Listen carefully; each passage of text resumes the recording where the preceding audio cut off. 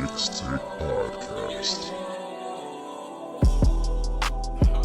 Yeah, what it do? Mobbing with the crew, nothing new. I thought you knew, thought I was falling off. Blessings keep on falling through. Oh, don't panic, dog. Bro, wait, boo, I can't lose. It's holiday season. Last week we were supposed to drop. Y'all noticed that we didn't drop last week. What's up, everybody? I'm Josh So Focused. I'm French the Bro host, and we would like to welcome you to The Knicks Take podcast. The Knicks Take podcast. The Knicks Take podcast. The Knicks Take podcast. This is episode 31. And if you didn't know, we're a weekly podcast where we cover the most intriguing Knicks news of the week. And if you want to find us on our socials, you could check us out first on Twitter at The Knicks Take. Then go to YouTube and search Knicks Take videos. And if you rather follow on Instagram, you could find us at The Knicks Take. And lastly, on Facebook at Knicks Take Media. So, first and foremost, I would love to wish everybody a Merry Christmas. Merry Christmas. Merry Knicksmas. We'll basically explain. So the last couple of weeks, the Knicks have been going through COVID protocols. Over here at my house, it seems like we're going through COVID protocols as we speak. Somebody ended up testing positive for COVID. And in addition to that, I also happened to break my hand. So everything just started being a little bit too rough and it was just too much to try to record last week. Otherwise, though, I had a pretty solid week. I had a pretty good Christmas, and partially we'll get into later why it was so good. French, what about you? How was your last couple of weeks? Yeah, the last couple of weeks due to the COVID outbreak in the NBA and in the household, I was able to be granted a 10-day safety protocol myself with my job. So I've been working from home, and I just been missing that so much. I'm just so happy to not have to be getting on the trains every day, especially now with everybody getting sick. But yeah, I just been chilling these last few weeks. I had a great Christmas, and we'll get into exactly why it was a great Christmas later on in this episode. But first, let's get back to the New York Knicks. Yeah. So last episode on the Knicks Take podcast, the Knicks went 1-2, beating the Spurs before battling two straight Eastern Conference teams. Oh yeah, my fault. Before losing two straight. I don't got the glasses on. I'm starting to get a little blind. I need some context inside. But the Knicks ended up losing two straight to the Pacers and Raptors, which led us into the Knicks facing Milwaukee on the 12th of December. Yeah. So, if we recall last episode, I think the both of us were being pretty harsh on the Knicks as far as our belief. You more so than me. I sounded a lot more optimistic than you did in the last podcast. With that said, the Knicks haven't really been showing that they deserve any optimism at all. So even with you, I felt like you might have been ready to throw this team away. I still feel like, okay, yeah, this is bad. 100% this is bad, but I don't think that we necessarily need to throw this team away. We just need to look and see what's going on the court. And you said some things that made me want to watch and pay more attention to the on-court play, starting with this Milwaukee Bucks game on the 12th. And it instantly became a difficult assignment. Why did it become a difficult assignment? Well, once the Knicks played the Raptors, I guess the Raptors, it was either the Raptors or the Pacers. It came out afterward that they were dealing with COVID in their team, and then that translated over into the Knicks. RJ and Obi Toppin both out in this game against the Milwaukee Bucks with the COVID protocols. We had to end up starting Derrick Rose and Quentin Grimes got his first start alongside Fournier, Randall, and Noel. And I was frankly surprised. I was frankly surprised. I think we were also missing, I think the reason why Quentin Grimes started this game, Alec Burks was out due to the birth of his kid. He just had a kid. So I was surprised, not because he chose Grimes over Burks or anything like that. I was just surprised that out of anybody who got the start, like there were other guys they could have put in quickly. They could have put in Kevin Knox. They could have put in anybody that had more time. And Tibbs decided to go with the rookie, which goes to show just how much faith he had in him. Yeah. And despite that faith, the Knicks still played bad to start that game. Like, it was a lot of lackadaisical play. It was a lot of just bad shots and turnovers, and the Bucks just abused us in the beginning of this game. Kevin Knox came in, started knocking down some shots. It started being a little bit even, and then Quentin Grimes just unloaded the clip. Unloaded the clip. Was an assassin from deep. Mm-hmm. Broke a couple of Knick rookie records. Most points by a rookie in their first start with 27 points. Most threes by a rookie in a game. Like, he knocked down three threes. Like, Quentin Grimes was really the only spark plug. The only guy that I really was like, I'm happy to see what I'm seeing. I don't. Obi wasn't there. RJ wasn't there. Obi is usually that guy to where it's like, okay, there's only one guy in the court that I'm really happy because he's showing all that energy. Obi was out due to COVID. Quentin Grimes came out, and despite the fact that the Knicks lose this game against the Bucks, I was just excited to see more of Quentin Grimes. It was a very big night for him. Yeah. And how did you feel about this game? If you remember, this was last week, the 12th. Yeah. This is early last week, so I don't know how much you remember, but how do you feel about this game? I remember thinking I was going to see a lot more deuce this game, but I was happy. I was real happy to see that Grimes got the start. I was shocked that Tibbs chose to start him, being that he's a rookie. But when you see Grimes play, it's easy to see exactly why he started. It's like he's bringing all the defense that Fournier is not bringing at the moment, or at this moment, and he's looking like the best shooter on his team. And for him to go out there on his first start of his career and to break 2 Knicks rookie records, it says a lot. It says a lot about how he's prepared. It shows that Tibbs has trust in him to start him, even though he has other options who are more proven. And going off for 27 points against the NBA champs from last season, even though you were a rookie and they don't really know you, like, they wasn't respecting him as a shooter, that's still impressive. Because you see a lot of guys who can knock down a bunch of shots, but in the midst of a game, an important game at that, when we struggling the way they were struggling, that I was impressed. And he was the main standout player from that game. Quickly played, had like 11 points that game, but I don't really remember any other player. He did have 11. Yeah. Kevin Knox came in there, was the other player. Was lighting that shit up from 3. Yeah, Kevin Knox was having himself a game too in that game.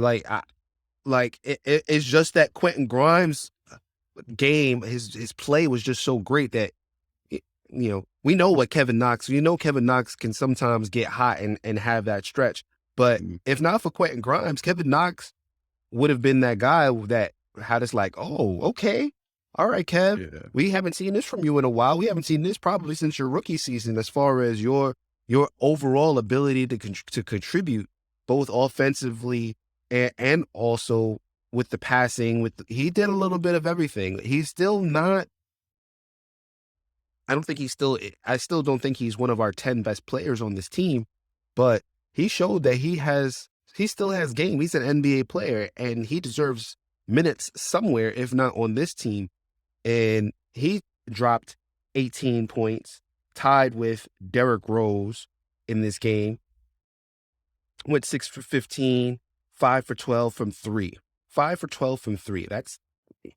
He was putting it up. Mm-hmm. 5 rebounds, 1 assist, 1 steal. Kevin Knox had himself a night. Derrick Rose had himself a night. Julius Randle was playing like trash. I ain't gonna go that far. He had 8 points, 2 for 9 from the field, 1 for 5 from 3. He had 10 rebounds, 7 assists, and 7 turnovers. All right, I forgot about the 7 turnovers. If that's not a trash stat line from who the guy who's supposed to be your best player, I don't know. He didn't score double digits. He shot poorly from everywhere. I was gonna say that, except for the free throw line. He was negative 17 in the plus minus. Like, what do you want me to say, man? I don't think it was a trash game. I just thought it was underwhelming.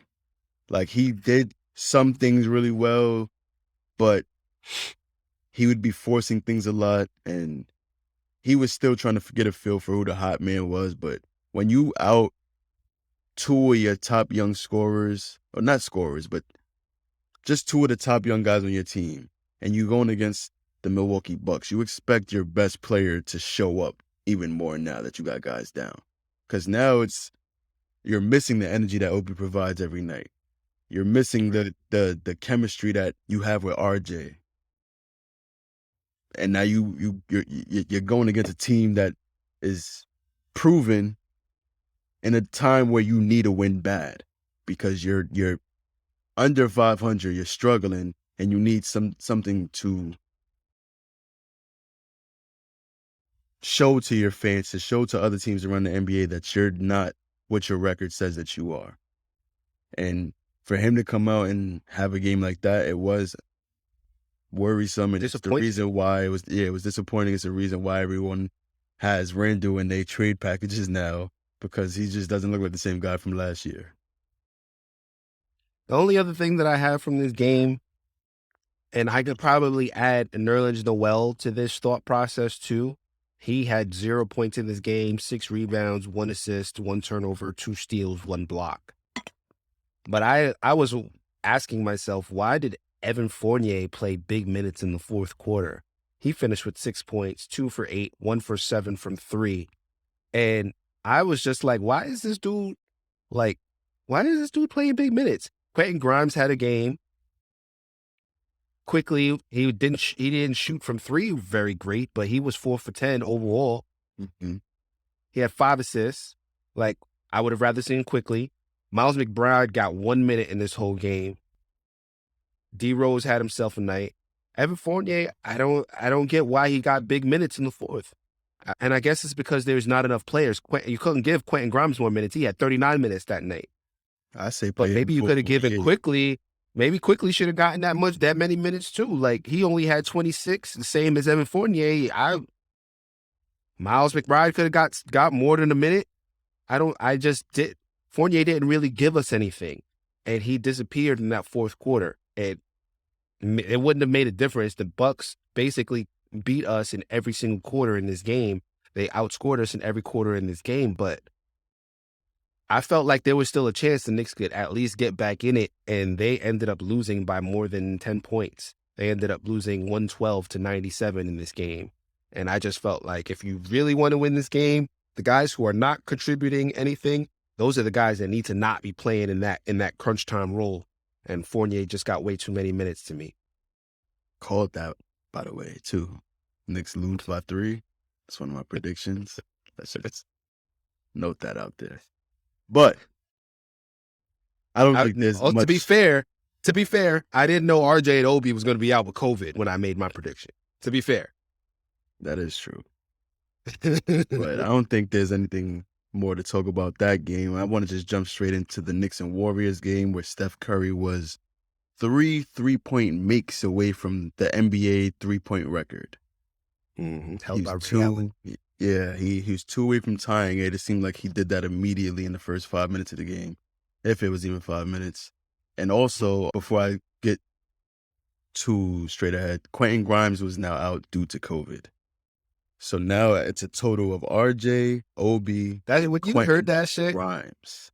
When you heard that, did it like upset you? Like, didn't that do something to your soul? Because like, This dude just came out, first start, dropped 27, had the most threes by a rookie for the Knicks, most points by a rookie for the Knicks. And immediately after you do that, no, we gotta catch it. That's it. We gotta put you on COVID protocol. It's like, yo, I want to see what this dude could do. I want to see how this dude could help us win games. I want to see if maybe we start him over Evan Fournier, because he's the guy that could fill that Reggie Bullock role.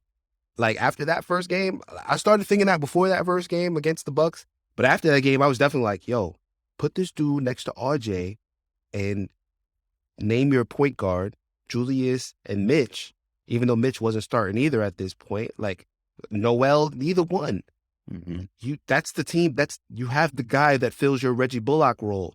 I didn't really care for Elfrid Payton's defense last season anyway. So whoever you got in the point guard, it doesn't really matter. And then you got RJ.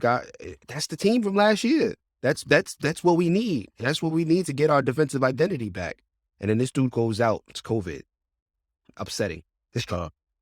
And like I said, Curry came into the game. It seemed like his intention was to just get the record out the way and get the game started, because he broke the record almost immediately.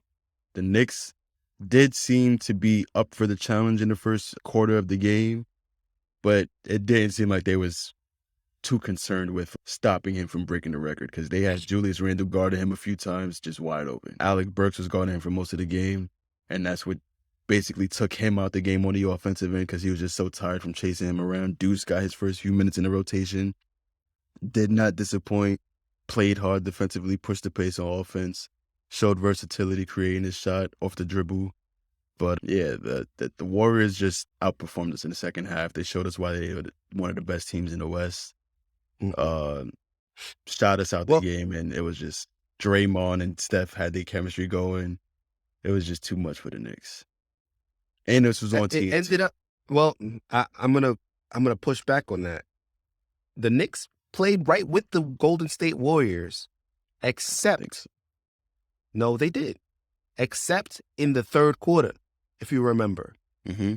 At halftime, the Knicks were up at halftime. Matter of fact, they were up by 1 point. They were up by 1 point at halftime, if you remember that game. Mm-hmm. And then over the next two quarters, the Warriors basically just took the game from them. The second half, they were too much for them, but the Knicks only scored 16 points in that third quarter. That's not going to get it done.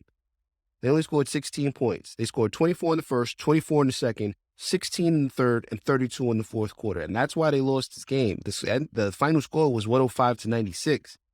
And we had strong play from Jules, right? Mm-hmm. We had strong play from pretty much everybody except for Fournier and Noel. So I don't think this was a game where the Warriors just showed, they're clearly one of the best teams in the league and just blew us out. It wasn't that type of game. It was just, the second half it was. No, because even the fourth quarter, the Warriors only outscored the Knicks by 2. It was still, that fourth quarter, it was still a back and forth game. It was that third quarter that really did the Knicks in. And that, that's the only thing that I really want to kind of disagree with you on. I felt like the Knicks played very well, and it was just more so if we had Obi, if we had just better play from everybody, but if we had better play from everybody else, Fournier, and if we had our full rotation, then maybe this plays out differently. That's kind of how I came away from this game. I'm thinking to see if they brought it. Oh, they did bring it to within 5 in the fourth. Okay, and then got routed after that. So it was like a little spurt in the fourth quarter, but most of what I'm saying in the second half, I feel like the Warriors I wasn't expecting for them. Yes, the Warriors did outperform, absolutely. And the Warriors, by all means, the Warriors are the better team. But the Knicks are not a good the Knicks team always right compete. They always going to compete. The Knicks they always going to go on at least one run. We're not talking about this year. They don't always compete this year. And No. I'm saying for at least, like, we've never had a game this season where all 4 quarters the Knicks were not competing. Like, it we've always had at least 2 quarters for most of the season, but we just never have gotten a full 48 of minutes, and that's what it's always been.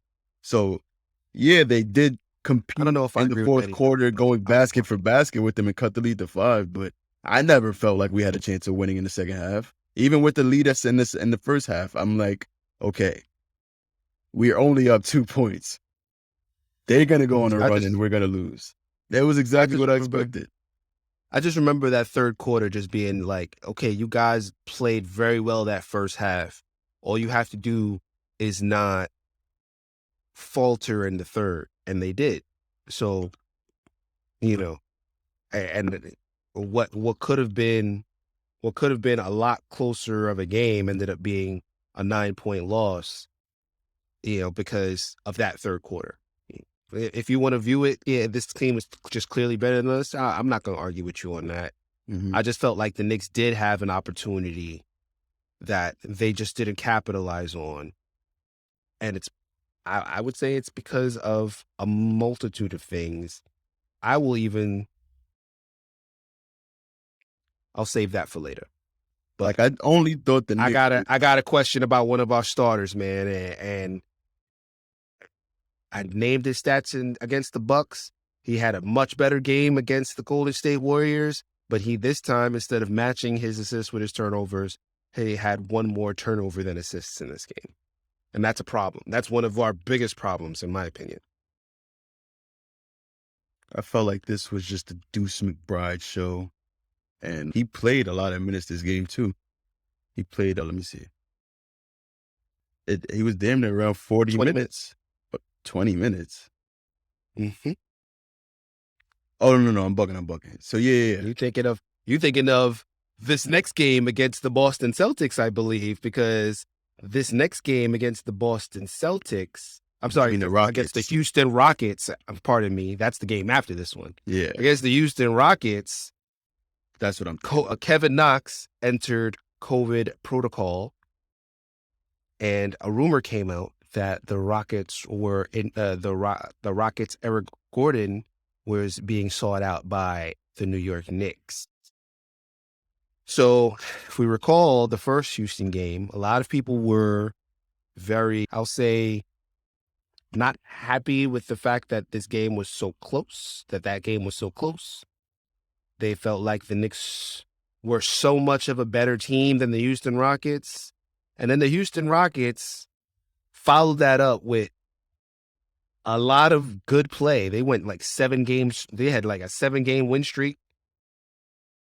Definitely went from being the worst team in the NBA record-wise to, I mean, they're still one of the worst teams in the NBA, but there's teams that are worse than them now record-wise, and that just goes to show how like that game that they had against the Knicks was not a fluke in terms of how well they played. They were able to sustain that against other teams and turn it into wins. So coming into this Rockets game, yeah, the Knicks should still beat the Rockets, but now you're more so like, this is not as much of a given victory as we thought the first one would be.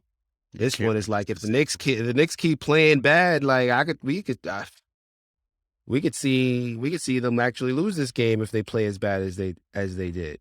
Actually, I wanted to go back. So Kevin Knox was out due to COVID protocol, and that was after another strong-ish game against the Golden State Warriors. He had 9 points, 2 for 4 from the field, 2 for 3 from 3. He had 7 rebounds, 1 assist, 1 steal. That's 2 straight games from Kevin Knox. He is now out due to COVID protocol against the Houston Rockets. And that's 3 straight games where players after having, because Obi had his career high, like 19 points and 10 rebounds the day before he got caught with COVID. Mm-hmm. And this is just another example of Knox getting some minutes, looking like he's going to be being integrated into the rotation moving forward, the way that he's been playing, and then boom, goes down to COVID. So this game against the Houston Rockets, very similar early on to the first game. Knicks and Rockets were going back and forth. I was like, I was hoping that we would come out and be like, all right, we're down, guys, but next man up. Let's go. Let's take these guys out. And didn't really happen. Didn't really happen in this game until probably about the third or fourth quarter. The Knicks played overall pretty well. Evan Fournier had a strong game. Julius Randle had a strong game. Alec Burks played in this game. He was back from, the birth of his child. Didn't really have a strong game. Derrick Rose played 12 minutes and then never returned. Looked like he turned his ankle. Looked like he sprained it. Never returned in this game, which meant big minutes for Deuce McBride. And boy, oh boy, Deuce McBride came in this game, caught fire, set a new career high in points and assists, 15 points, 9 assists, 4 steals, 0 turnovers. 9 assists, 0 turnovers. With 9 assists, 0 turnovers. Okay? That is a great stat line for any guard. Any guard. Not just a rookie. steals. You can't leave that out. I'm not, I said the 4 steals earlier. 15 points, I also said. 9 I'm assists, saying all 0 turnovers. turnovers. That's crazy. And then he had 4 steals and 15 points. If your starting point guard is averaging 15, 9, 4, and 0 turnovers, just saying. So Deuce caught fire. Evan Fournier was knocking down threes. He was 8 for 12 from the field, 3 for 6 from 3. Jules had himself a pretty decent night. 21 points, another game 0 for 20. It wasn't really efficient, 6 for 18 from the field. Knocked down all his free throws, had 6 rebounds, had 6 assists, had 3 turnovers, 1 steal. He quickly went off 7 for 10 from 3. Had his best shooting night of the season. How could I forget about Quick? Quick came back, career high, 7 3-pointers for 24 points. How could I forget about the boy Quick? That boy was, that boy was is en fuego. Knicks took this game in the end, 116 to 103 from strong play from our young boys, especially Quickly and Deuce McBride. Even Mitch got into action, really. Like, I've been complaining about Evan Fournier. I complained about Noel earlier. I'm complaining about Noel again. He had 0 points, 5 rebounds. He played 17 minutes. Mitch came in, dropped 17 points, 8 for 8 from the field, 9 rebounds off the bench for 30 minutes. He played 30 minutes in this game. Mm-hmm. Mitch is the better big. I don't know how many times I have to tell you. If he don't look good, there's a reason for it. But when he's healthy and he's good and he's on point and mentally he's there, he's the best big that we have. Point blank, period. Mm-hmm. He's better than Noel. He's better than Taj Gibson. If you wanna say, hey, let's give up Mitch for Miles Turner because Miles Turner's better, I'm not gonna argue with you. But I wouldn't be against keeping him either. Just saying. And that was the Houston Rockets game. I thoroughly enjoyed our young boys showing out and giving us just something to be happy about in the midst of these struggle games that we've been having over the past few weeks, over the losses. We can't string together 2 wins in a row. And just to see Deuce and Quickly come out and play the way that they did gives you a lot more hope for the rest of the season. Yeah, because Quickly has been low-key scaring me so far this season because he hasn't been very consistent. Well, he's been scaring me with his shot. Yeah, everything else he improved in, but his inability to be consistent from 3, it felt like he was in his head a little bit from trying to run the point guard and trying to do everything the right way. He's studying all these players, trying to integrate their games into what he does. And it seemed like it had him missing what made him a special player for a lot of the season. But he's been putting a few games together, and this was one of those games that I was just like, oh man, it looked like he done figured it out. And of course, when you figure it out, what happened after that? When you figure it out, The very next day, COVID added to the COVID safety, health and whatever it's called, protocols. So now Health this and safety brings us to, these are all the Knicks that are out to COVID.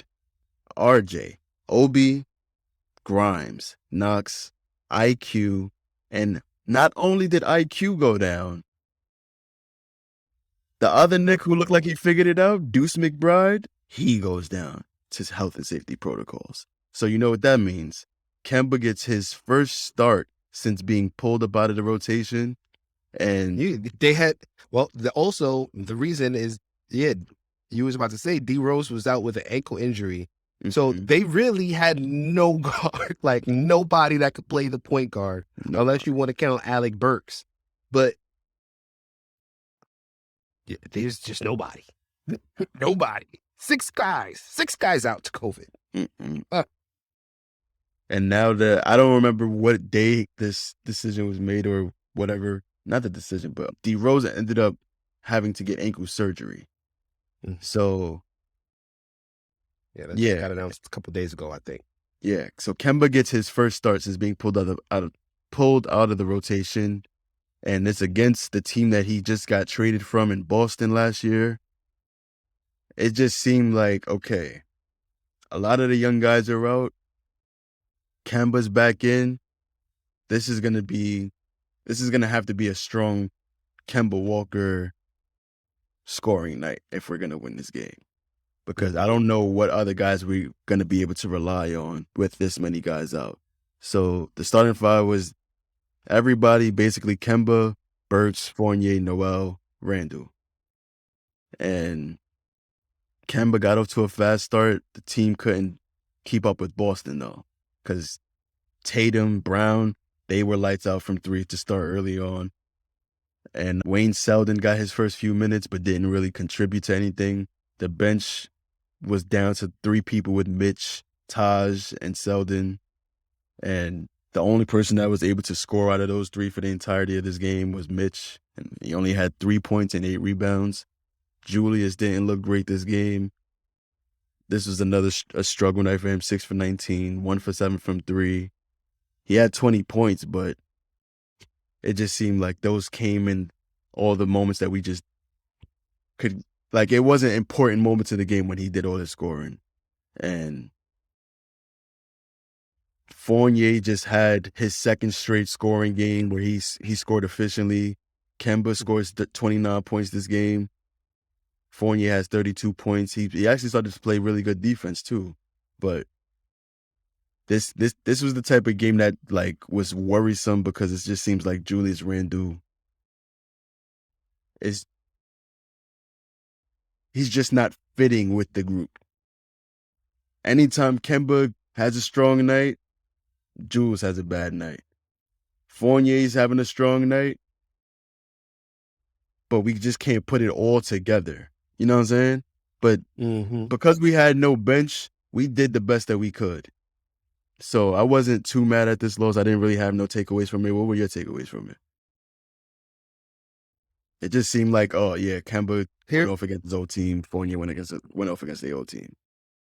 Here is my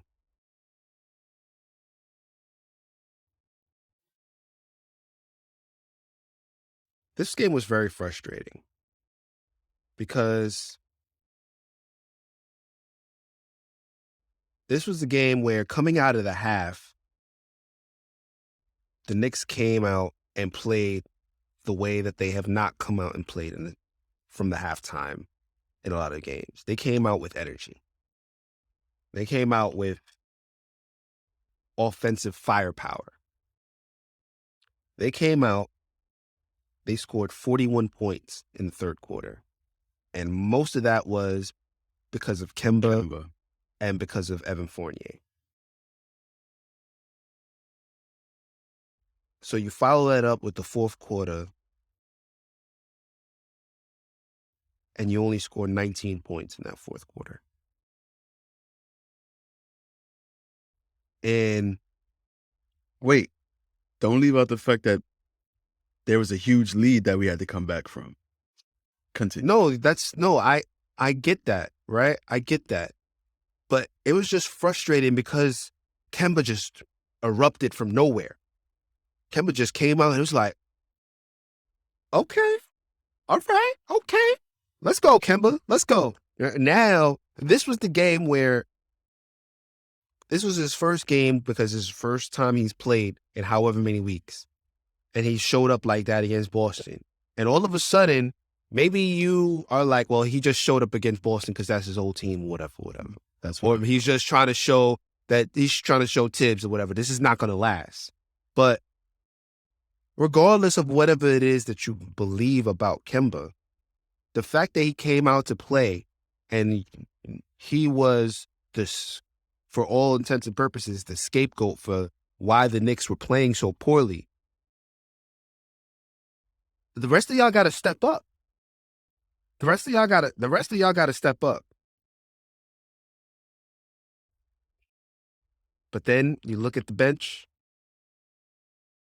Taj Gibson, Wayne Selden, Mitchell Robinson. So the bench is not going to give it to you, right?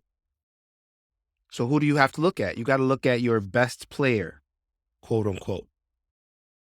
You got to look at the guy who's supposed to be leading your team to the promised land, to the playoffs, to the second round. And you're not even asking for a championship yet. No. Just lead us to the playoffs. And Julius, in my opinion, and maybe I got to go back and watch, but in my opinion, he disappeared in that fourth quarter. Kemba Walker's hot third quarter, that disappeared in the fourth quarter. Evan Fournier disappeared. Well, I don't remember if Evan Fournier disappeared in the fourth quarter, but nobody was hitting nothing. Nobody was making that effort to try and get this win, to get a back-to-back win. Can we get a back-to-back win? You have the opportunity to come from behind and win against this Boston Celtics team. Yes, you're depleted. Yes, you're missing 6 guys. But your best players, quote unquote, are still healthy. They haven't missed any games. When you have an unexpected guy come in and, just like in the last game, you had an unexpected guy come in and shoot the lights out and play well and do everything that he's supposed to do, that is your cue to bring that team over the finish line. And no one did it. No, Julius couldn't do it. Like, I'm tired of seeing these 20-point games where the amount of points is almost exactly the same as the amount of shots that you took. And I'm tired of seeing 6 and 7 3-pointers that you've missed, that you've attempted. I don't mind that Julius takes 3-pointers, but once you go 1 for 4, 1 for 5, stop shooting them threes, bro. Get in the paint. And it's just frustrating. Because a lot of the shots that he takes are wide open threes, and he's just not making them. Right, but you got to get. I'm not even trying to excuse him, but it's just like, yeah, I get if he doesn't shoot it, it's like, why are you forcing yourself to take a tougher shot when you have a wide? Because that's what they're giving when him. you've proved that you can shoot threes. Right, a lot of times that's what they're giving him because they see he's off, and they're gonna let him shoot the 3 if he's off, and he's gonna miss. Yeah, and it's tough because when he starts pounding the rock in the paint and he holds on to the ball too much in the paint, he usually turns the shit over. So it's easy for me to look at the stat line and be like, yo, you went for 1 for 7 from 3. You probably should have just went 1 for 5 or 1 for 4 and taken a couple extra shots inside. It's easy for me to say that, but we just need more. We need more from you than what you're giving us. 20 points on 19 shots is atrocious shot selection at the end of the day. You got to do better. If you're going to be our best player, you're going to be our leader, you got to do better than that. Kemba fouled out in the fourth. Kemba fouled out because Evan Fournier, I guess, was hurt in the back, and we had to lose Kemba due to that. Like, because if we don't foul, then they're going to score on us because we're playing 4 on 5. I bring up Kemba fouling out for a reason. Like, you expect your star to be like, okay, now it's really on me to bring this home. Like, You've made the comeback. You had the lead, and then you just let it squander away. Like it's stuff like that that frustrates you as a fan. But I just don't feel like we're asking a lot from the star player of this team. You got paid. You got the contract. You're supposed to provide what it is that comes with that that contract. At least get us to the playoffs. At least make us look like a formidable playoff team. We're not asking for a lot. Play with effort. Just like, bro, I just play with effort. Play like you care about whether or not this is going to result in a win or a loss. We're not asking for a lot, bro. And the only reason that we bringing this up is because it's multiple games where even if he scores points and all that stuff, it's multiple games where we're watching the game and it's like, what are you doing out there? Yeah. How are you supposed to be leading us anywhere with you playing like this? And we're going to exit from the Celtics game, that disappointing Celtics game, into the Pistons game on the 21st. Coming into this game, we were so depleted. We had to start signing 10-day hardships. 10-day hardships because we were just so depleted. We signed once a Knick, always a Knick, whole team Damian Dotson and Matt Mooney to 10-day hardship deals due to us losing so many players with COVID.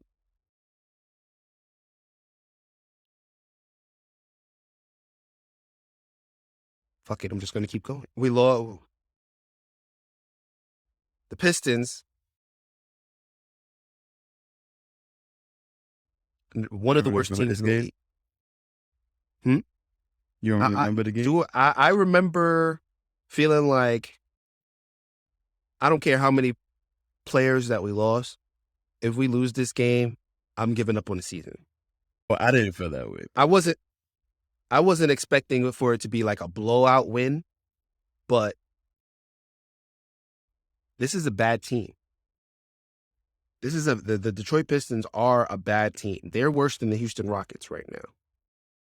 The Detroit Pistons currently have 5 wins to 26 losses. Currently. If the Knicks came in here missing, I don't care how many guys you're missing. You still got Julius Randle, you still got Evan Fournier, you still got Kemba Walker, who started again in this game, by the way. You still have 3 very good players. If you don't want to say that they're all-star players, they're not all-star worthy or whatever, you still got guys who should be able to get you that victory over all of these young guys and all of these bums that are still on the Detroit Pistons. I think the Detroit Pistons were missing guys too due to COVID. But look at this roster: Joseph, Sadiq Bey, Hamidou Diallo, Isaiah Stewart, Cade Cunningham. Like, Cade hasn't been playing great, and he was the number 1 pick. Who else on this team is supposed to be? Who on this team is supposed to scare us? And we beat up on them twice in the preseason. I didn't really feel like this was a game that we could lose.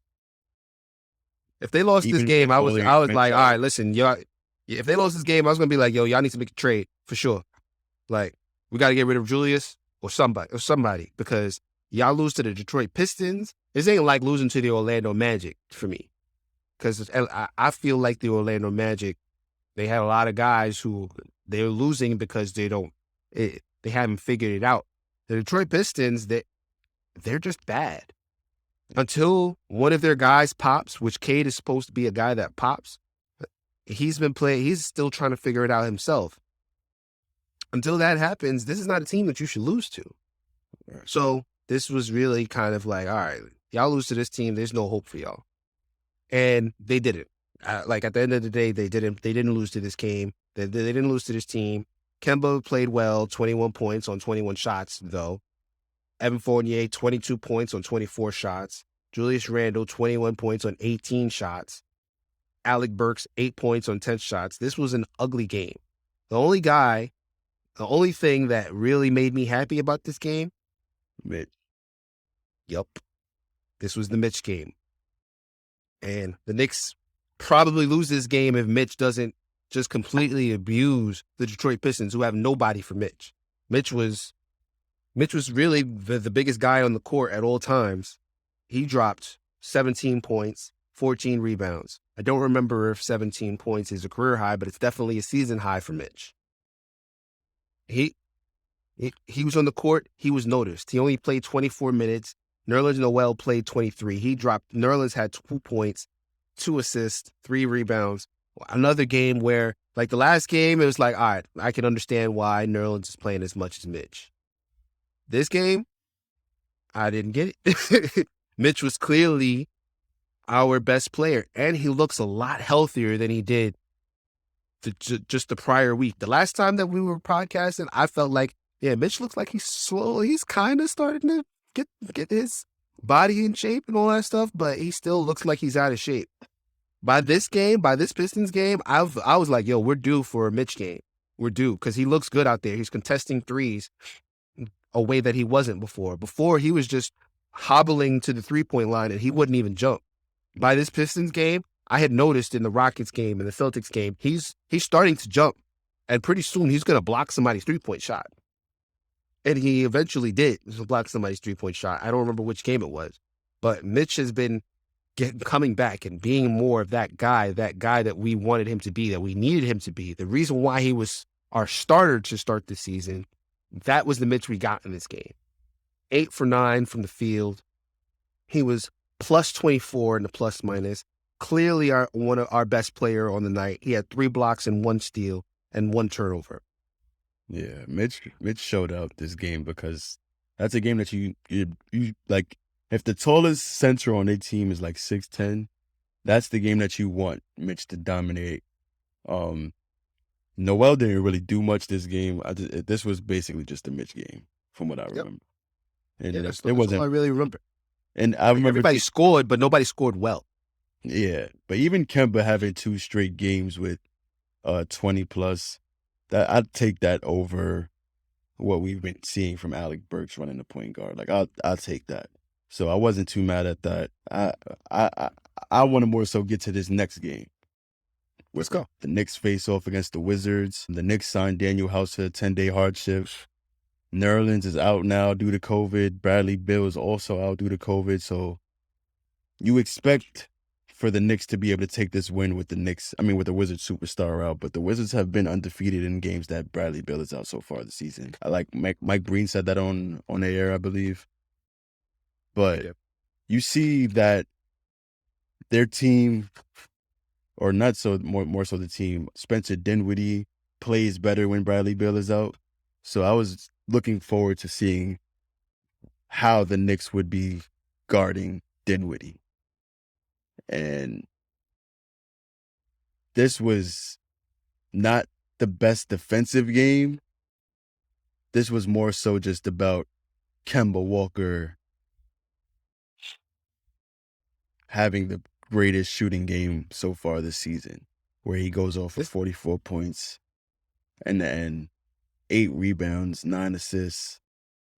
But the Wizards, they just beat us down the end with bad defensive decisions by the Knicks that were on the court. Kyle Kuzma was wide open for 2 threes in the clutch. Dinwiddie was causing us problems the whole game. I feel like this is a game that we should have brought out with a win, especially seeing the way Kemba was lighting them up. They had no answer for him. Even in the fourth quarter, he was still consistently getting buckets. And another game where Julius Randle struggles playing with another guy who's on fire. This was a disheartening loss for me personally.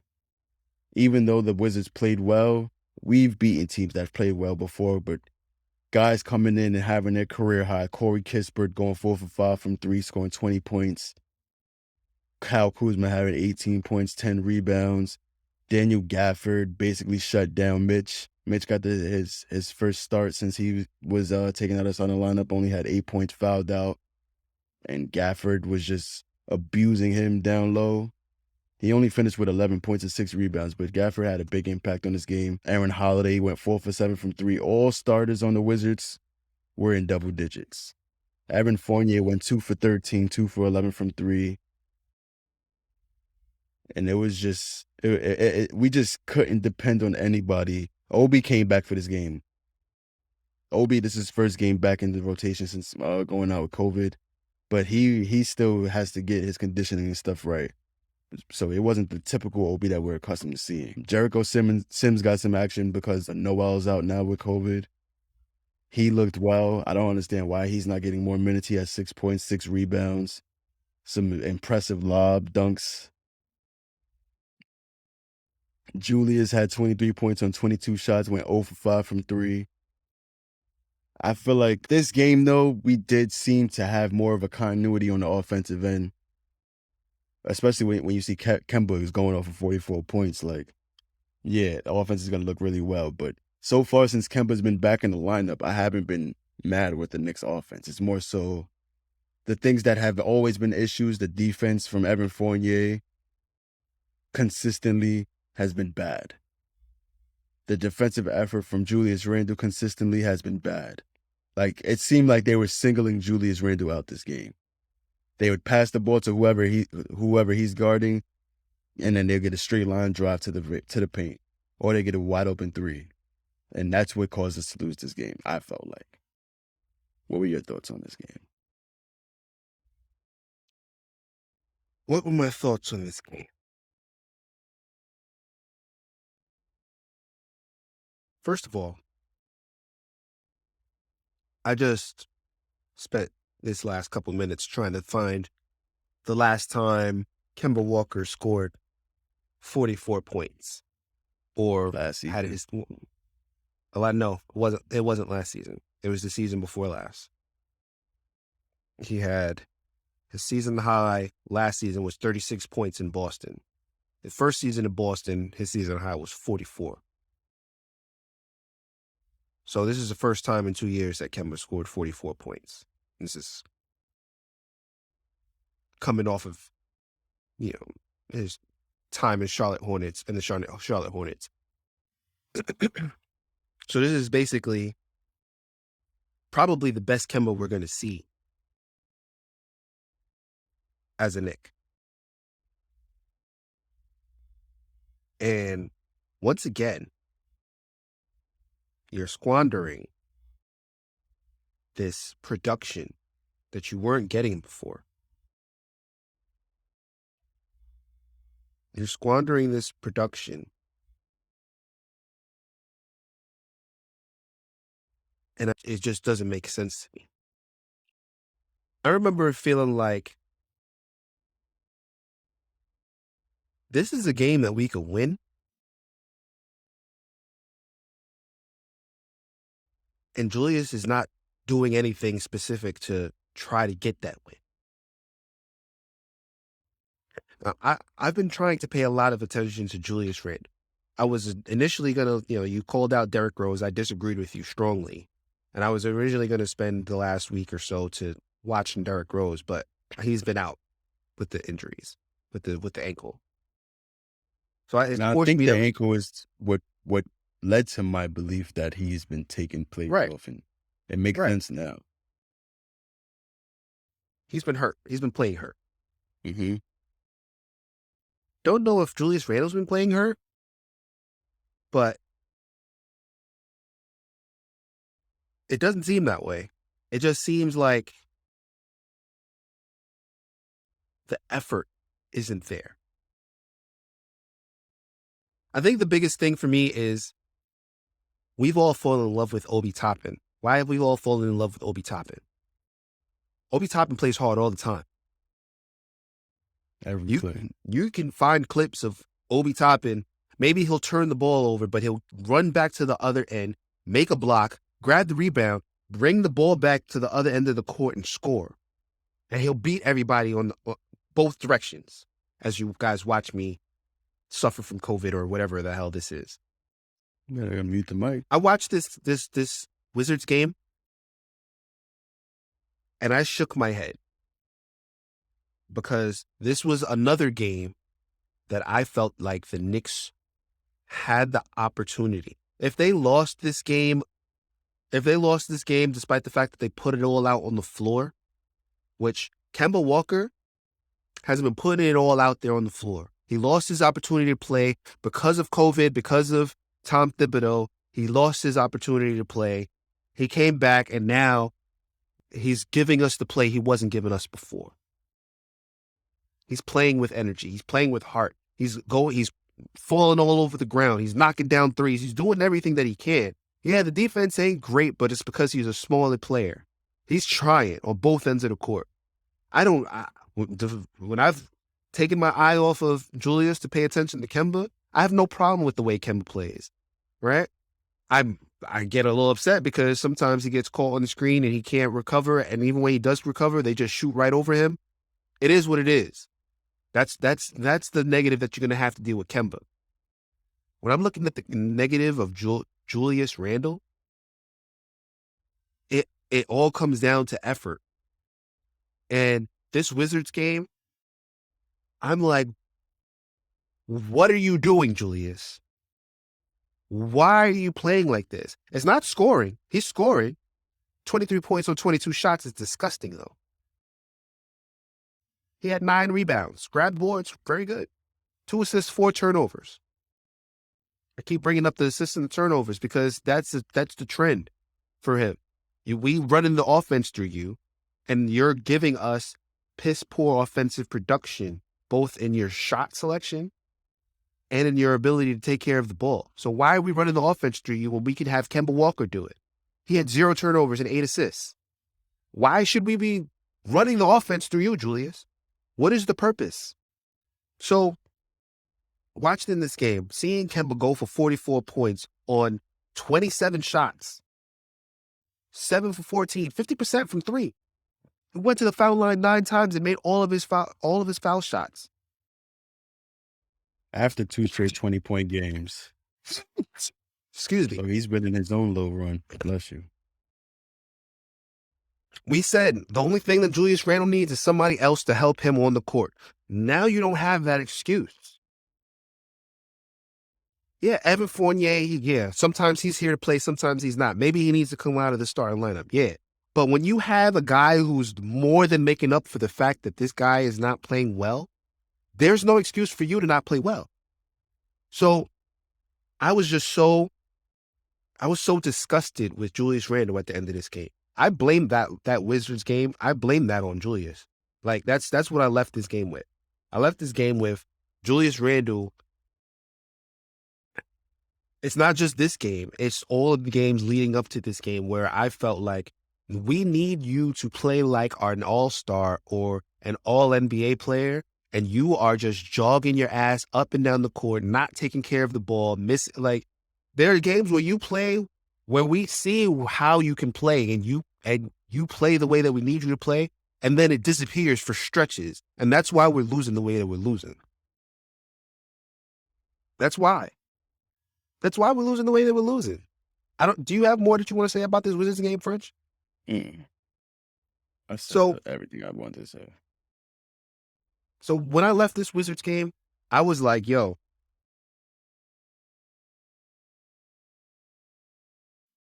French, I'm gonna take this to a personal level. Let me mark this real quick.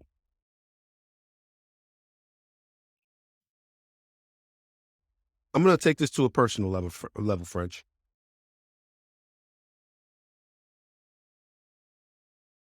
Last season, we came into the season not really expecting to win, right? We were hopeful, but we weren't expecting to win. And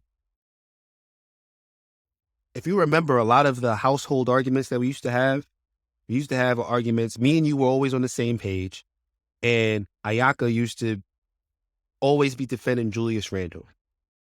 Mm-hmm. And then last season, Julius Randle had an amazing run. And he played hard all the time. And he played decent defense, and he scored and all this stuff. and gave him a lot of cachet with us, guys who wanted him traded before the season started last season. And we all, as a family, enjoyed Knicks games. And Julius Randle was our guy, was all of our guy.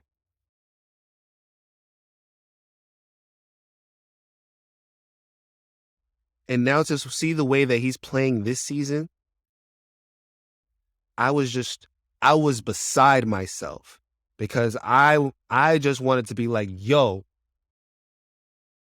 the fact that he's playing like this, and it's frustrating because I want to support you. Like, how can you play like this? And I just thought about my dad, and I was like, yo, I'm done with this dude. I'm done. I'm done with this dude. If he keeps playing like this, I'm done. Because this was my father's favorite player last year. And now you playing like trash. So personally, like, it's starting to affect me on a personal level when I see him not put forth the effort that other members of this team does. Kemba Walker, Obi Toppin, Manuel Quickley. It's starting to piss me off because how can you say the things that you said last season and then put on performances the way that you're putting them on now? How are you able to come out here and act like you're the leader of this team and come out and turn the ball over the same amount of and have the same amount of turnovers as assists? How are you going to shoot the ball so lackadaisically and miss free throws? Like, he's becoming the guy that when he comes on the line, you don't know whether he's going to make it or if he's going to miss. You don't know if he's going to miss all his free throws or if he's going to make them all, or even more so in the clutch when we need you to make your free throws. That's what I remember. That's why. At the end of this Wizards game, the only chance that we had to maybe tie the game up, they were like, yo, maybe the Knicks need to just make one and miss one. Even before that, actually. We needed a quick score. Julius Randle brings the ball up. We needed threes at this point. He drove to the basket and tried to score. I'm like, why are you driving to the basket? Why are you not passing to the dude who's open at the three-point line when we are down 6 or 7? What are you doing? So he gets the foul. Mike Breen is like, I don't know why he's going for 2. The Knicks need 3s at this point. At this point, maybe they should make one and miss one and hope to get the rebound. And what does he do? He misses the first free throw and then makes the second one. And at that point, the game is over because it's like, are you thinking out there? Are you thinking out there? You missed the first free throw. You missed the first free throw. You're down by like 7 points. If you want a chance to win this game, you need a 3. You need to turn the ball over. You need another 3. I think they were down 6. That's the only way you're going to get back into this game. Why are you driving to the paint and were you trying to get an and one?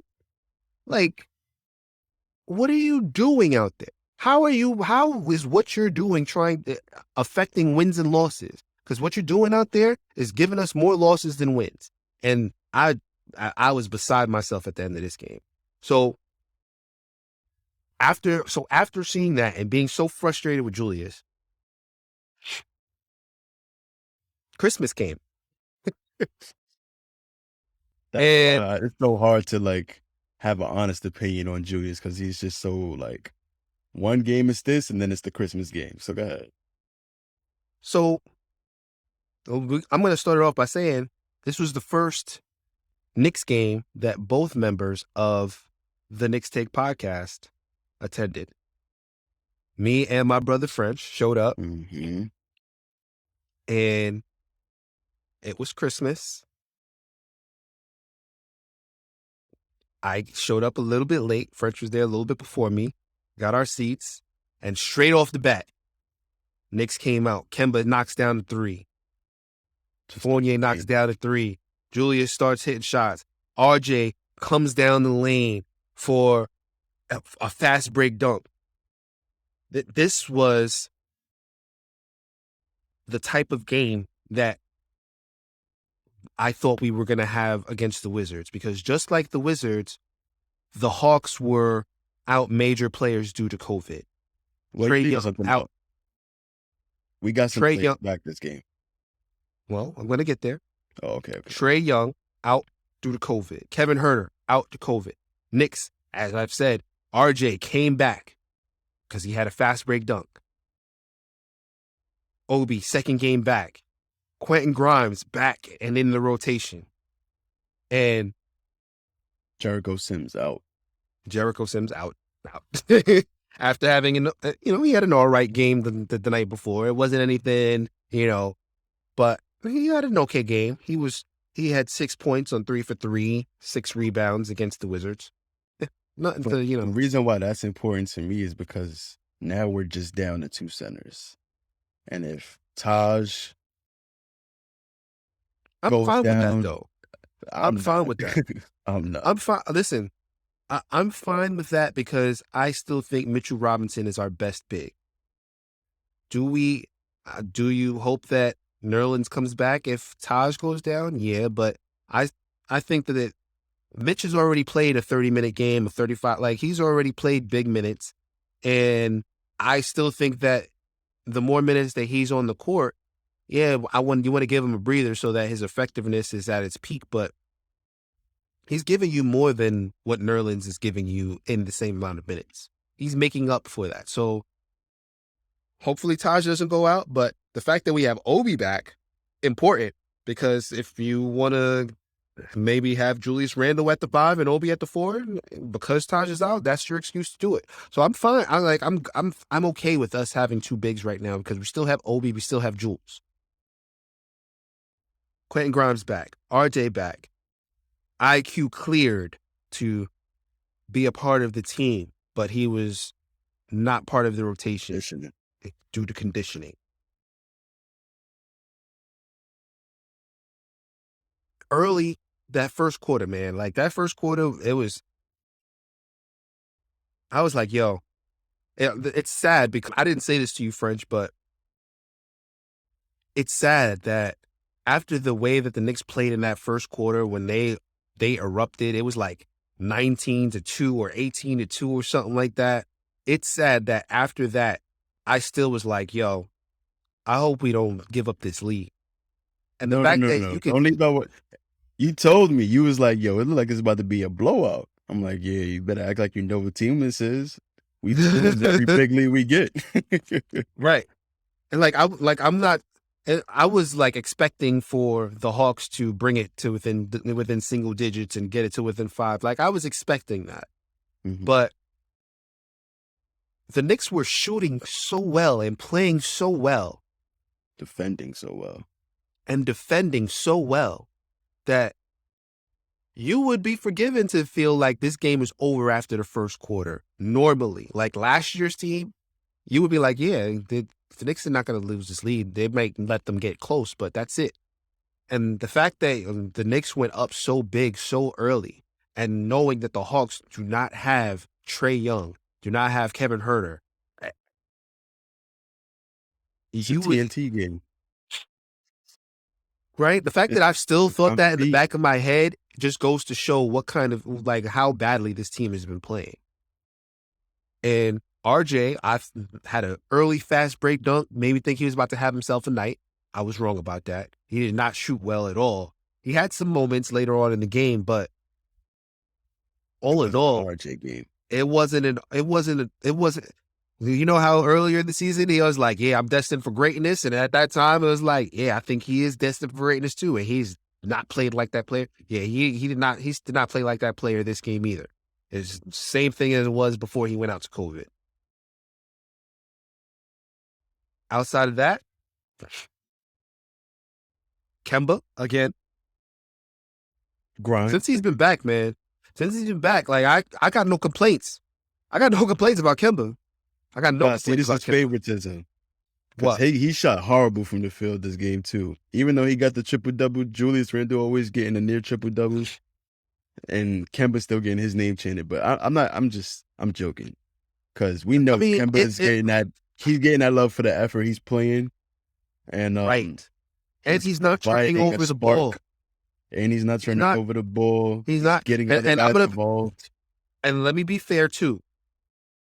He had some wild plays that if it would have turned into a turnover, I wouldn't have been surprised. Like a lot of shit got tipped. And even in the other games, he was getting into the paint. He's throwing up layups. And he was getting blocked. And he was missing and all that stuff. Like, it's fair to be like, listen, why are you saying this about Kemba and not about Julius? Like, throughout this stretch, he's been shooting just as bad as Julius too. The difference for me, though, is Kemba takes care of the ball better. He does take care of the ball better. I was going to see if there was another word that I could say, but no, he takes care of the ball better than Julius Randle. So I just got a text message from French saying his computer died. So I guess I'm going to finish off this Hawks game until he comes back on, and then he will give his input. I was getting ready to say that, yeah, it's fair to compare, but he's taking care of the ball better than Julius Randle. Julius Randle, for whatever reason, likes to dribble when he's in just dangerous territories. He gets the ball poked out of his hand. He gets the ball, it's just way too much. And it happens game after game after game after game. And he's not making any adjustments. And it's leading to 7 turnovers, 7 assist nights that we can't afford those types of turnovers. So, all in all, like I said earlier, the ball probably shouldn't be going through Julius Randle. And far too often when we get into these ruts where the team just offensively looks shot and looks slow and it's because Julius is running the show.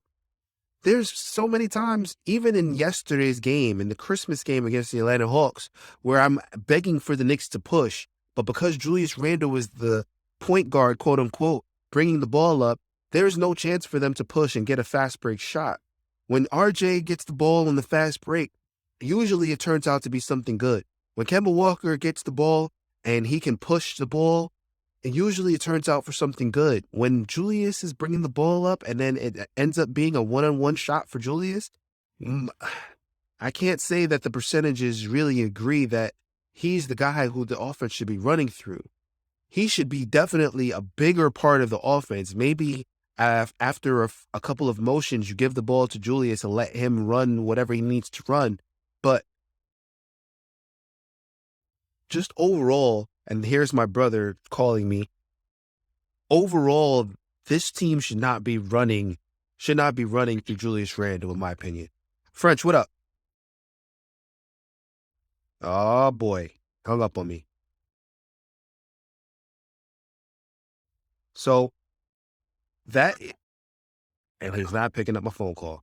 Overall, I don't see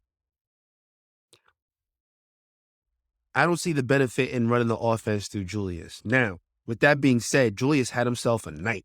Julius had a great night yesterday. He shot well. He did almost everything that you would hope and ask for him to do on both sides of the ball. He missed 3 free throws out of 4, which is a problem. But overall, he had 12 rebounds. He had 25 points, 3 assists, 3 turnovers, 1 steal. Again, you don't want to have 3 assists and 3 turnovers. Like, that makes sense if you're a big and, okay, yeah, sometimes they poke the ball out your hand. But when the offense is running through you, yeah, that assist to turnover ratio needs to be completely different. Meanwhile, Kemba Walker had himself a night, shot poorly, as French, stated earlier. He went 3 for 12. That's a bad percentage. 10 points, 10 rebounds, which is great for a sub 6 foot guard. 10 rebounds, 12 assists, and looks like French is coming back right now. What up? My bad. My laptop died. I don't know. It was plugged in all the time, but I guess it was not plugged in properly. But go ahead. Continue what you were saying. So he had himself a triple-double. And we didn't really realize that he was like I would say that Kemba had himself as good a night as he could have had without scoring the ball. Like, you knew he was on the court at all times. He was pushing the pace. He was getting into the paint. He was zinging passes like crazy. So the assist totals didn't surprise me by the time I think he was like 8, 8, and 9. With the 9 being rebounds. That was the thing that surprised me when I noticed. He had 9 rebounds. I was like, Before he had 9 rebounds. Right. I was like, I noticed the passes way more than I noticed the rebounds. And it was an 8, 8, 9. I was like, yo, Kemba's about to have a triple-double. And then he followed that up with, I think the next thing he did, well, he scored on like a 3 or something like that. And then immediately after that, he had 2 assists, 2 straight dimes to Julius Randle. And it was like, that's what made me. All he's got left to do is get that rebound, and then he's got the triple double. And then for like 5 minutes, for like 5 to 10 minutes, Kemba could not get that rebound. Alec Burks grabbed the board. Taj Gibson grabbed the rebound out of his hands, and it's like, damn, is he gonna get it? It was like midway through the fourth quarter, Kemba finally got that rebound, and the whole Garden just stood up and applauded because, like I said earlier, Kemba puts it all out there on the court. He wasn't doing that earlier in the season, and that's why it was so easy to get rid of him. But the way he's playing now, if he plays like that for the rest of the season, hopefully at 20 minutes a game and not the 30 and 40 that he's been playing because his knees can't hold up to it. He played 40 minutes last night. When Derrick Rose comes back, if Kemba is still playing this way, I have faith in this team. I do. And until he comes back, let Quickly get some of those minutes. Maybe let Juice get some of those minutes if you really need to. But Kemba playing like this, there's no excuse for anybody else to just give piss poor effort the way that they have been. And that's why I'm caping more for Kemba than Julius Randle, because I don't see that same effort on both sides of the court the way that Kemba has been giving it. Julius, yeah. And the last time I went to a Knicks game, I bought a Kemba jersey too. And that, if you remember, you questioned that. Like, why would you get a Kemba jersey? He's out. Okay, no, you're right. I did question it because at that point he was out of the rotation. Because when I bought it, it was before that decision was made. Yeah. And I was starting to regret it because I'm thinking that we're never going to see him again. But now I'm just like, I know I made the right decision choosing. And so did I. I'm like, I was like, yo, Kemba's from the Bronx. Mm-hmm. You know what I mean? I want to get it. I want to get it when everybody's down on him, because at the end of the day, this is still our boy. And I want to see him come back. So I got it. I was thinking, no, go ahead. And now it's like, yeah, that's the best decision I could have made, because I don't expect it to be so easy to get a Kemba Walker jersey, like going to the games from now. Like, it's easy to get a Julius Randle because everybody knows Julius Randle is the guy that you want to go get, but he's not playing good right now. Now I got my Kemba Walker jersey. Everybody's going to be going for Kemba. He just had a triple-double, and he scored 40 plus in the Garden the other day. Like, if you're not trying to get a Kemba Walker jersey right now, you must be thinking that he's going to go back to the bench, which I don't see. But anyway, I said everything except for one thing, which I'm going to leave to you, French. But I've said everything I want to say about this game. The Knicks were in control of this game from start to finish. Knicks won by double. Well, did they win by double digits? Yes, they did. 101 to 87. I said, of course they did. They brought the bench in the last few minutes. So if they would have brought it to within 10, I would have been like, oh, that's because it was garbage time at this point. But 87 to 101. To piggyback off what you were saying about finding a Kemba jersey now, you know whose jersey is real hard to find? Obi Toppin. I want a home white Obi Toppin jersey, and I cannot find one. But speaking of Obi, one thing that you did leave out was at the end of the game when the bench scorers came in. Was Obi took over, got it a clutch steal, went out on the break, and did between the legs East Bay dunk on the break that had the Garden going crazy. I was there for the playoffs, and the Garden wasn't that loud. And then that whole building just got shut down, cleared out. I don't even know what happened after that point. Everybody was gone. The Garden cleared out. It was over. It was just like, yeah, nah, that's the same. That was the That's the touch same. right there. That's the same fast break dunk that he had against the Pacers, where I felt like, yo, Obi Toppin does that, and then y'all respond with nothing. Yeah. Like, that was your cue to just get amped up. And it's like, all right, Obi, like, I'm sorry that they responded to your amazing dunk with such a piss poor performance, but it was so nice to see him bring it back in the Garden. That's where an exclamation point on this victory. Yeah. This was the best Christmas present that we could have asked for. In my opinion. In person this time around. Right. See a nice. game, Knicks game in person and get the victory. So, French, how are you feeling about this team right now, right this minute, right this second? In this present moment, because it was such a great win that we got on Christmas Day, that's the last game that we saw. Of course, I'm feeling optimistic. The team hadn't looked that good since the preseason. Jaya, my girl, she said I'm a good luck charm because it's like whenever I go to the games, they never lose. I'm feeling myself. Get your full season ticket. We got to get some season. I don't know. It is kind of stressful going to the game. I kind of like watching from home. But, yeah, it was good to sit through that game. So right now, I'm just feeling real optimistic, positive. Julius Randle and Kemba Walker finally had a game where they both played well. Even though Kemba only had like 10 points, it was a well all-around game for him.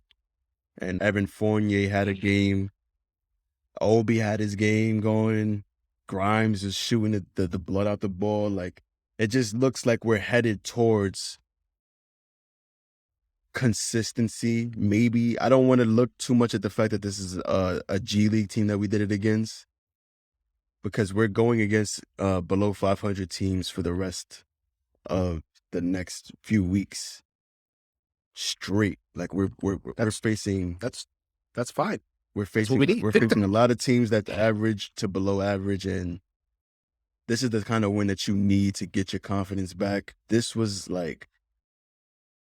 a stretch where Kemba had to sit out and watch the team and see, because I saw him in the postgame talk about how he was watching the team and seeing how the team's flowing and seeing what they need.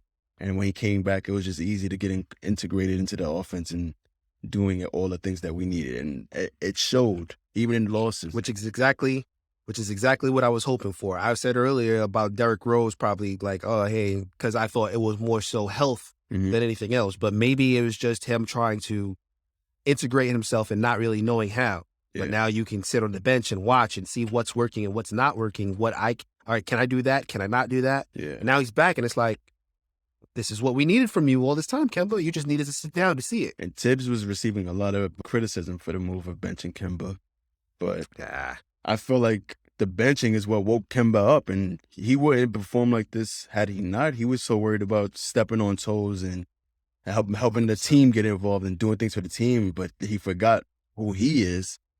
Right. It seemed for the beginning of the season. He was just jacking up threes and jacking up mid-ranges, but he wasn't playing well like how he is now. And now, because we've seen it, not for one game, not for two games, but 4 games in a row. Yep.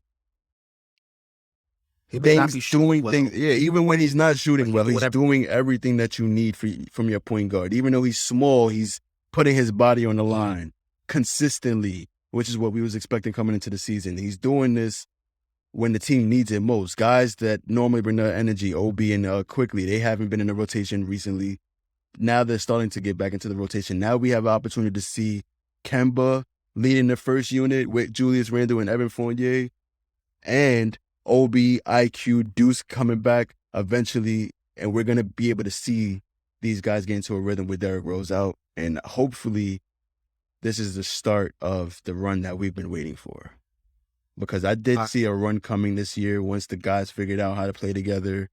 figured out how to defend it to the way that Tibbs would like us to defend. I like the signing of Daniel House because I still do believe that we're going to have a trade coming, because Fournier, even though he's had a nice stretch of games these last few weeks, or this last week, I still don't believe he's the guy for us.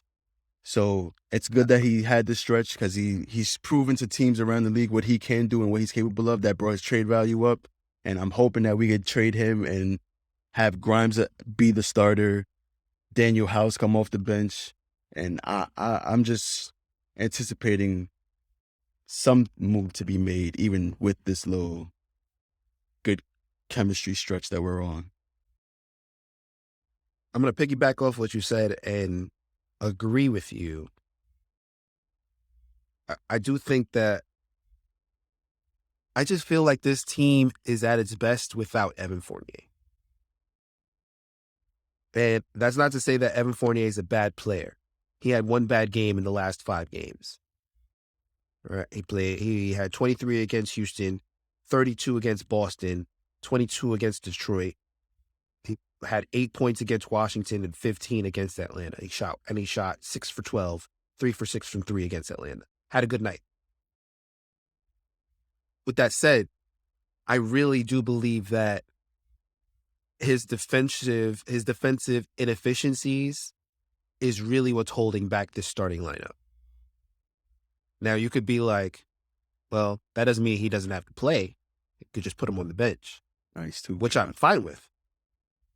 I'm fine with Evan Fournier coming off of the bench and playing with Obi Toppin and Derrick Rose and Emmanuel Quickley and Nerlens Noel. I think that might be probably our best 10, right? But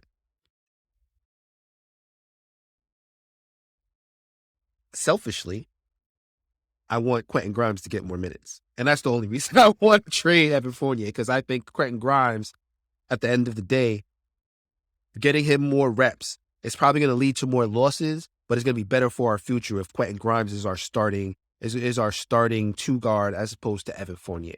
I don't think you're shaking your head, French. I think even though Grimes is a rookie, he's not like coming into the NBA after 1-2 years out of college. He's had multiple years of college to understand what it takes to win. He's come from under a good coach, and he's under a good coach now.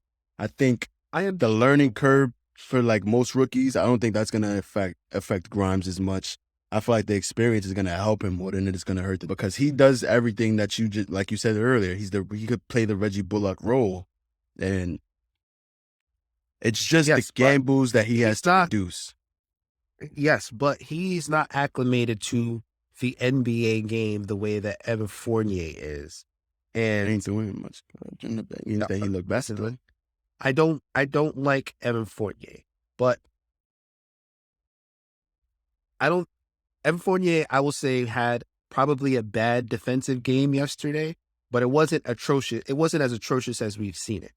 And Evan Fournier had 0 fouls yesterday. Can we blame that on the fact that his defense is poor? Yeah, we could. But we can also blame that on the fact that he just knows that if he does a certain defensive rotation, he's going to foul. And he doesn't want it. You don't want to foul and give the team additional points. In 15 minutes, Quentin Grimes had 4 fouls. And that is why I say it's going to lead to more losses than anything else, because he's not going to shoot the ball well every single game. He's not going to be as good of a scorer every single game. And there are going to be games where he's going to be putting whoever he's defending on the foul line, and that's going to cause losses. It's not to say that I don't think he's already a better defender than Evan Fournier, and he's probably already a more consistent offensive player than Evan Fournier. But he is going to cause losses just getting acclimated to the NBA style, which is not, it's hard to get into. It's hard to get into and explain and be like, this is why. I can't just show you this, and this. I'm just going to, it's just what it is. There's a reason why Tibbs prefers veterans to rookies. There's a reason why Evan Fournier is starting. And even though Quentin Grimes had an amazing showing in his first start, he came off the bench against Atlanta. And there's a reason why we're not going to see Quentin Grimes in the starting lineup unless Evan Fournier is traded, which is all I have to say about that. Here's why I disagree. Because the argument can be made that Quentin Grimes is better for your team to not have those losses based off his defense alone. And just because of fouls, I'm not going to penalize you for fouls. You get 6 every game. If you don't utilize them, then that you're actually probably hurting your team, because there's going to be a lot of wide open dunks and stuff that Evan Fournier may let the other team have, but Quentin Grimes wouldn't. So I'd rather take the fouls that a rookie would give more so than the guy who's a 10-year vet who's not going to foul because he wants to stay in the game.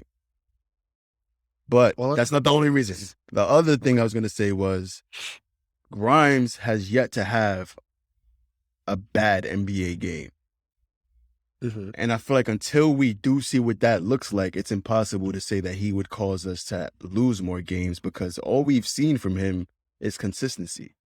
He's a great shooter. He's the best shooter on the team. He's better than Fournier so far from what we've seen. And I feel like that's the only thing that the starting lineup needs. We don't need a guy to be trying to create his own shot. And that's what leads to the offense not flowing as a unit, because everybody's taking turns doing what they got to do to score, but they're not scoring within the flow of the offense. Quentin Grimes is a guy who scores all his points in the flow of the offense because he's the corner shooter, wing shooter. He rarely ever dribbles the ball and has to create his own shot, but he's capable of doing that too. So you're not going to get much of a fall off from from Grimes, because he can provide for you the same things that Fournier can from a shooting aspect, plus defense, which is what every team in the NBA wants. So that's what in the interest of doing what it is that we agreed to do and try to have a quick episode, which we are not having a quick episode right now at all. I'm just going to say this. We need to also remember that we're grading Quentin Grimes and Evan Fournier on curves, and certain things what would be a bad game for Evan Fournier is not the same as what would be a bad game for Quentin Grimes. We'll allow certain mistakes for Quentin Grimes because he's a rookie, whereas those same mistakes for Evan Fournier, we will not. So let's just keep that into focus. We'll let Quentin Grimes mess up a whole game and just chalk it up to he's learning the game. We wouldn't have for Evan Fournier.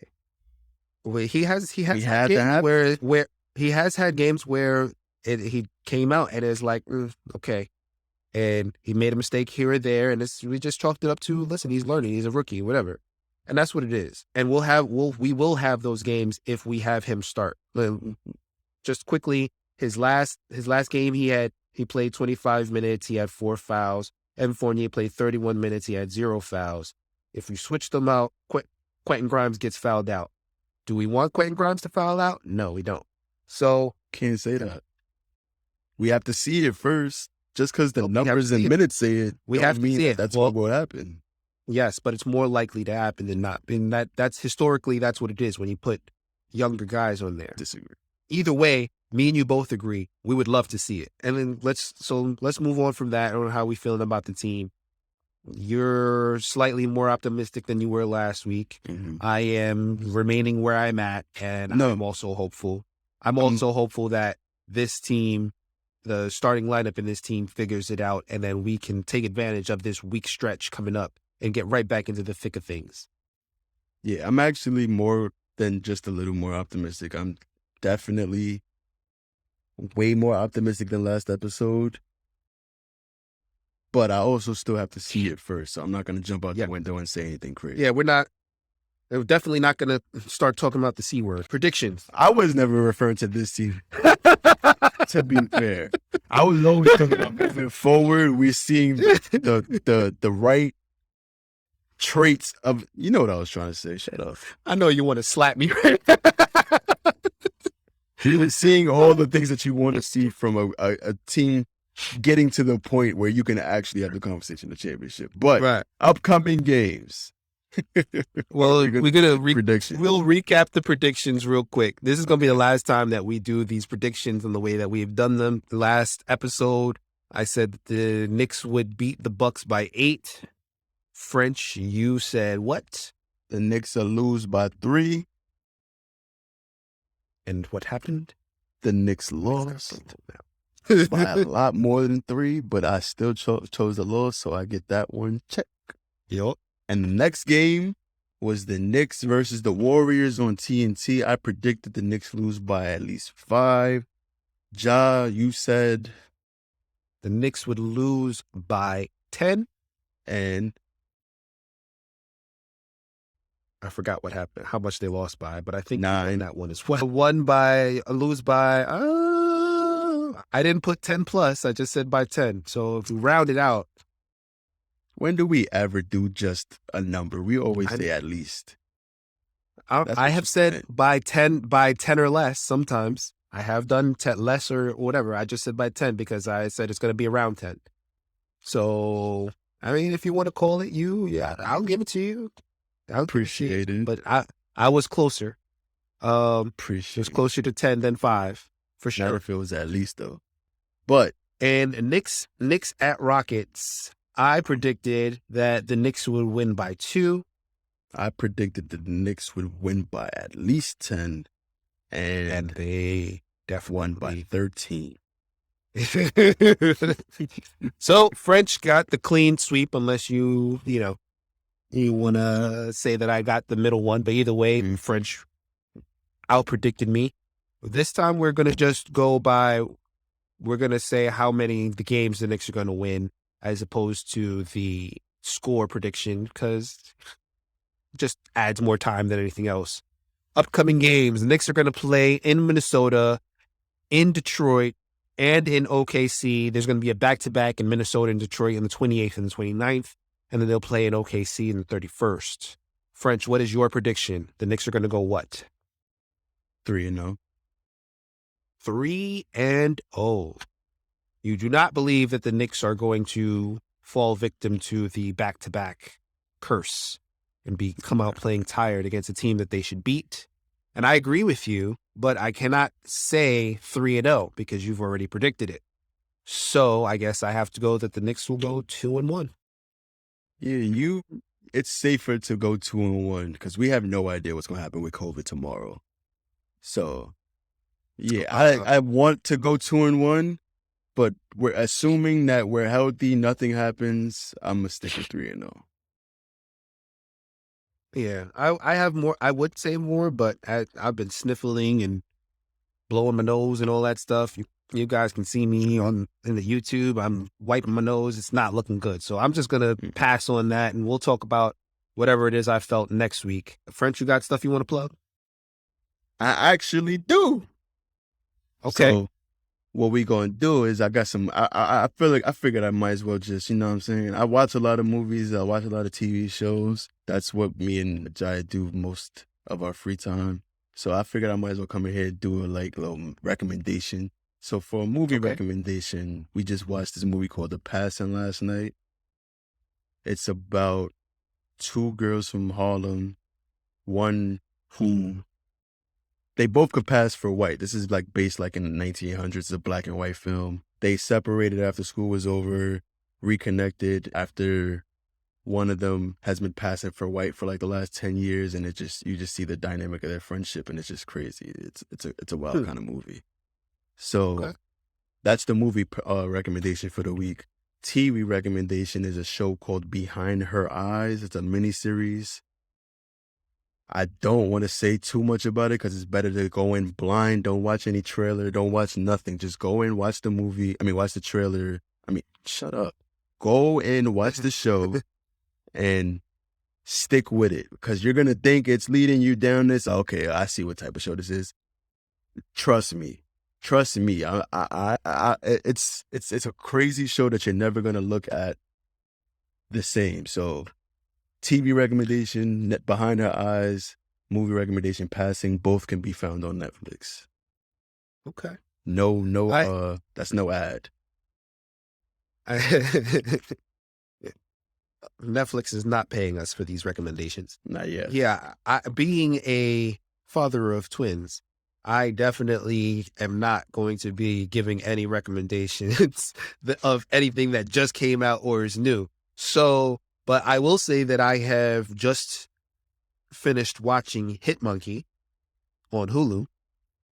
That's Marvel's. It's a Marvel show that's not on Disney Plus. That follows a monkey that's an assassin. Okay. And it sounds pretty like something funny. you put on for the twins, but No, I'll give it. no, no. Listen, anybody that has kids, definitely do not put on Hit Monkey if you have children under the age of 16, 15, 14. Yeah. Hey, so actually, nowadays, y'all are letting kids watch whatever at 8. If they're a baby, if they're a toddler, if they have not gone through elementary school, do not watch this show because there is a lot of,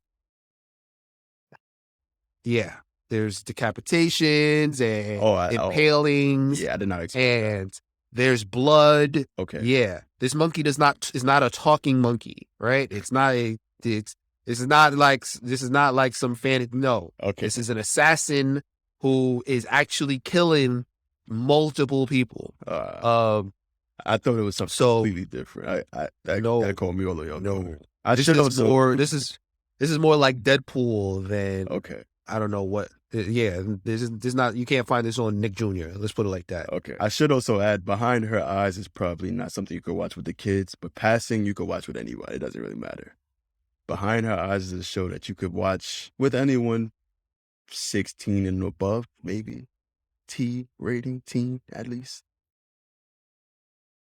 But that's all I got. And if you're not into animation or whatever, because this is a cartoon, this is an adult cartoon. I also just finished. As you can see, I'm into the Marvel stuff. I also just finished watching Hawkeye. That was pretty good. It's a good holiday show. It is based around Christmas. So if you are still in the holiday spirit, just binge watch Hawkeye. And I thought it was pretty good. I was two off the top too. Movie, I'm going to keep it Marvel since the first two is Marvel. I just watched for the first time Shang-Chi and the Legend of the Ten Rings. A lot more. How do I say this not offensively? I was expecting it to be more like the other Marvel movies. But it was close. But it's actually it is closer. No, it's not. Like, it starts off closer to a kung fu movie than I was expecting. It is definitely more along the lines of like how Black Panther kind of just gets you into that African element. This movie definitely gets you more into that Asian element and is unapologetic about it, just like Black Panther was. So I don't know why I was surprised by that, but I got into it because I like kung fu movies. I like, martial arts, and the martial arts in this movie is definitely good. So I definitely recommend that if you're into Marvel movies and are into martial arts. Watch and check that movie out. You saw The Matrix yet? I've been waiting to watch it for. Like, I was gonna watch it last night with mommy, and that we was like, got too tired. She was like, "Go to bed." We just went to sleep. So, but I'm definitely gonna watch it. I did watch the first half of it last night. Oh, you didn't watch the whole thing yet? I fell asleep, but next week's next plug is going to be The Matrix Resurrections. Well, that's if if it finishes off good. Yeah. Yes. I don't want to spoil nothing, so we'll do a little review next week. Yeah. Save it next week. All right, everybody. And once again, we appreciate y'all. We love y'all. Thank you guys for listening to the Knicks Take Podcast. The Knicks Take Podcast. Episode 31. Peace. That intro music was Broadway Boo by Gotti B, formerly known as Bugatti Blade. You can find us on Twitter at The Knicks Take. You can also find us on Instagram, Facebook, and YouTube. Thank you for listening.